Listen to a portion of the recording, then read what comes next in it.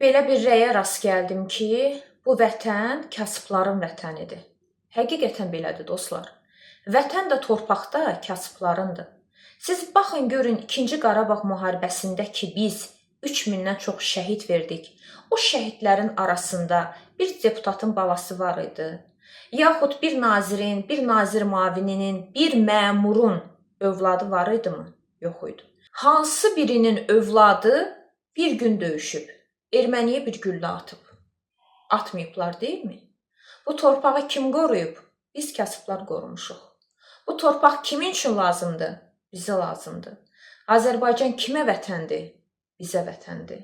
Niyə? Biz burada dünyaya gəlmişik, övladlarımız burada təhsil alır, burada işləyirik, burada yaşayırıq. Bir baxın məmur övladlarına. Xaricdə təhsil alırlar, xaricdə yaşayırlar, xaricdə işləyirlər.